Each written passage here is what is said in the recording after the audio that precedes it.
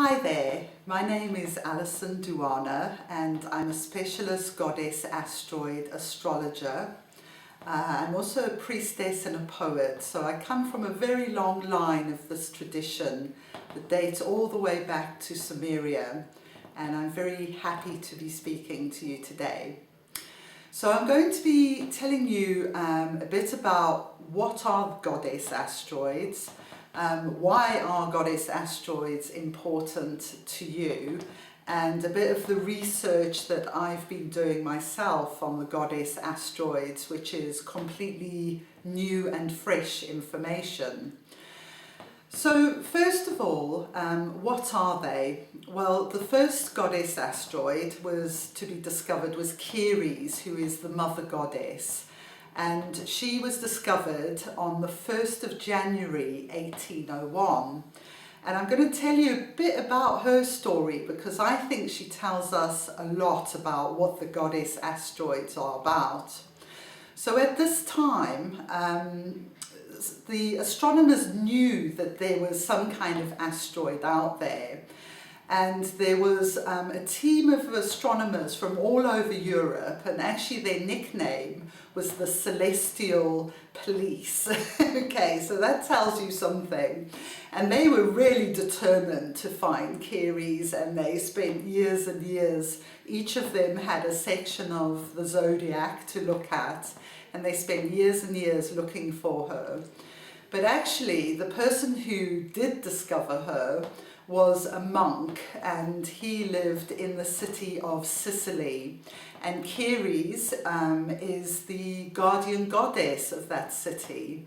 And so he named Ceres after his patron goddess. And so it began that all the other asteroids which were discovered were named after goddesses too. And I think this immediately says to us that if you don't want to live in the patriarchy anymore, if you don't like the idea of the celestial police finding Ceres, which I was overjoyed when I found out they couldn't find her, then you're someone who's going to be into the goddess asteroids, because she's all about living in a different way, breaking free from the old culture, the old patriarchy, and the old chains. And so we've gone on to discover many more goddess asteroids. Some of them are between Mars and Jupiter in what's called the Kuiper Belt. And then we have trans-Neptunian goddess asteroids like Sedna and Eris, who are also very exciting. And all these goddesses are bringing a new consciousness to our world. Lots of men ask, can men get a goddess asteroid chart? And a goddess asteroid chart is for anybody from any culture, because the goddesses appear in their different forms across the globe, really. So a goddess chart, for a start, tells you a lot more than just the conventional chart.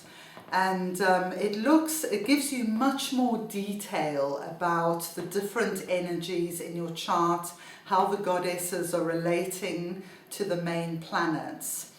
And a goddess chart will really help you if you feel that you're always trying to do things and they never quite come off, or you expend a lot of energy in a yin state. And you need to come more back into your yin, receptive, waiting for inspiration, following synchronicity. So when you tune into the goddesses, you become much more balanced in your yin and yang energy, and life becomes a lot more easier and a lot more creative. Okay, so I've been working with women's groups doing goddess astrology for at least 10 years, and I do charts for people across the world.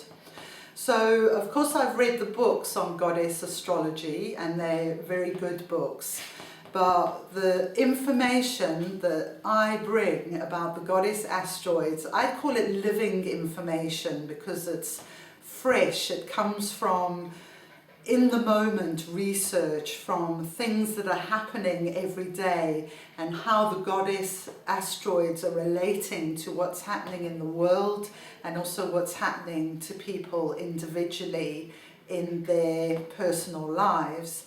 And I always get fantastic feedback from people about how accurate and the extra dimension that a reading of the goddess charts will bring to you.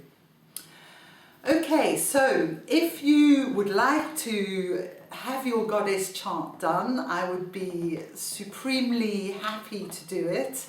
And you can get in touch with me at astroalison@gmail.com.